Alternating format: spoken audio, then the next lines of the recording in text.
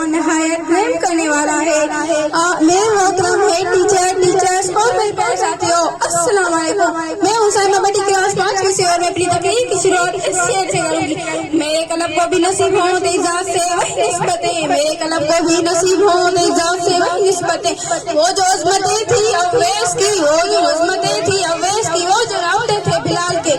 آج مجھے اس محفل میں جس موضوع پر لبِ گشائی کا موقع ملا ہے اس کا عنوان ہے رحمت للعالمین حضرت محمد مصطفیٰ صلی اللہ علیہ وسلم۔ جناب اعلیٰ دنیا میں ہر طرف اندھیرا ہی اندھیرا تھا، چاند تھا لیکن بے نور سا، تارے تھے لیکن مجھے سے دل اجڑے ہوئے تھے۔ خزاں نے پہاڑوں کو لوٹ کر چمن ویران کر دیا،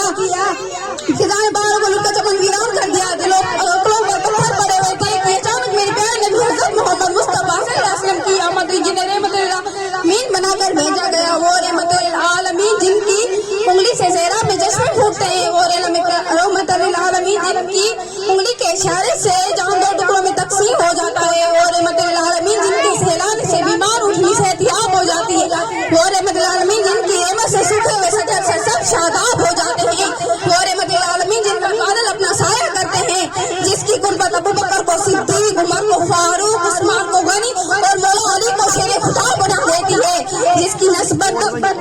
فاطمہ الزہرا کو خاتون جنت، حسین علیہ السلام کو سیدہ اور شہداء کا درجہ عطا کرتی ہے۔ جناب اعلیٰ میں اس رحمت للعالمین کی شان کیا بیان کروں، مقام محمد جس کے انتظار میں ہے، شفاعت کبریٰ جس کے انتظار میں ہے، وہ طائف کے میدانوں میں پتھر کھا کر کھو دینے والے، میرا رب جن کی زلفوں کی قسم اٹھائے، میرا رب شیر مکہ کی قسم اٹھائے، جیسا کہ قرآن پاک میں ہے لا اقسم بہذا البلد، شہر مکہ کی قسم جنہیں میرا رب کبھی حبیب کبھی طہا کہے کبھی یاسین مزمل کہے۔ جی ہاں جناب اعلیٰ اس رحمت للعالمین کو امت کے درد میں سجدوں میں روتا ہوا دیکھتے ہیں، پر افسوس اس کی امت نفرتوں میں تقسیم بٹی ہوئی ہے، ایک دوسرے کے لیے سینوں میں نفرت بھری ہوئی ہے۔ اب امت کو ایک ہونا ہوگا۔ اب میں یہ شعر پر اپنی جگہ لوں گی، جس طرح لب سے لب ملتے ہیں نام محمد کے سبب، جس طرح لب سے لب ملتے ہیں نام محمد کے سبب، کاش ہم سب بھی مل جائیں اسلام کے سبب۔ شکریہ۔